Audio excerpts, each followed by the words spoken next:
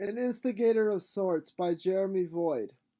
I sit at the coffee shop, at the speakeasy, reading poetry by D.A. Levy. I haven't slept in days and time seems to stretch out and squeeze shut, clamping every second into its ugly mug.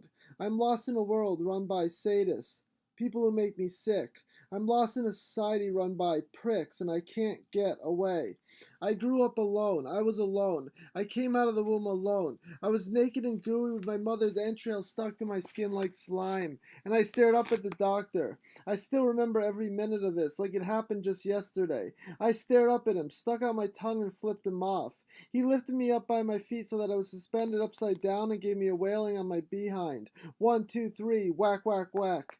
That's when I learned all about pain and punishment. I learned all about consequences, the inevitable driving force that would surely be my future. I have never felt connected to my peers growing up. I felt estranged, weirder and stranger, and that's when I learned feelings don't mean shit. Reality is cold and hard, and the future will stomp you to mush. Trust me, I've been there.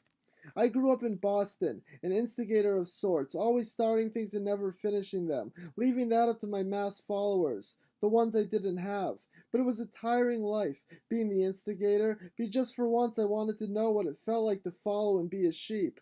I wanted to sit back and not think anymore, but in order to do that, there must be someone smarter and more clever, who can take charge of things in my absence, someone who can twist words to make me believe what they were selling. But I was weary of everyone who tried, and I wasn't going to let go that easily. I believed in asking questions, and you can't manipulate a question seeking the truth. I was an instigator. There was no one smarter than me. No one could rein me in. They tried, but they failed.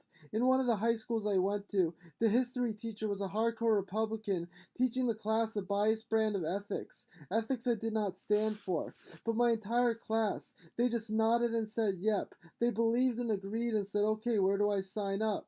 I felt bad, like it was up to me to say something, to stand up for the moronic population that festers in every single high school. So sad. What happened to our youth? I'll tell you a story.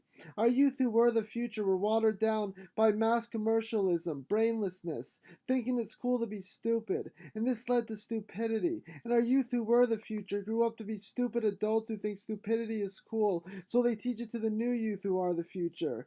This is not good. This is why our country is dying. This is why the world is dying. You better believe it. So I felt like it was up to me to cause a rile, to start a thought that would be passed from hand to hand like a beach volleyball, a differing thought, something that veers from the course of the teacher, the class curriculum, and is steered into a more sensible region. Question authority, question authority, question authority. Question everything, but you'll be all the wiser for it. So I argued every point made. I argued it with an iron thumb. I argued it, raising my hand all throughout the class, until the teacher simply stopped calling on me, stopped acknowledging my existence, hoping I would blend into the background of the classroom, be ambient noise, mere aesthetics, strategically placed there to create beauty, like the paintings on the walls or the leaves that rustle in the breeze outside. That's where she wanted me to be. But if you ignore a problem, it only gets bigger. It might temporarily go bye-bye, but then it comes back full force and knocks you on the head. Near the presidential election in one school, everyone wore index cards that said vote on their lapels. I saw everyone doing this. I snatched an index card for myself and wrote don't vote. But this didn't go over so well. My peers complained, saying they were offended by my telling people not to vote. Well, I was offended too, and no one took that into consideration. One of the problems with being in the minority is that your feelings don't fucking matter to anyone, not even to the others who are along for the ride on the minority side as well. It doesn't make a difference though, which is why I turned to drugs and alcohol. I turned to boozing it up, committing crimes. I continued to be an instigator though, only I instigated senseless ideas from here on out. Nothing matters, we are all going to die. Shoot dope, smoke crack, beat your head against the wall until your skull cracks. I got a bag of super glue, let's go and huff that. I sank even lower than my present nobody status. I became a negative number, a number off the grid, full of ideas that would make you vomit, that would make you sick. That's the way I lived. But besides, it's more than you ever did.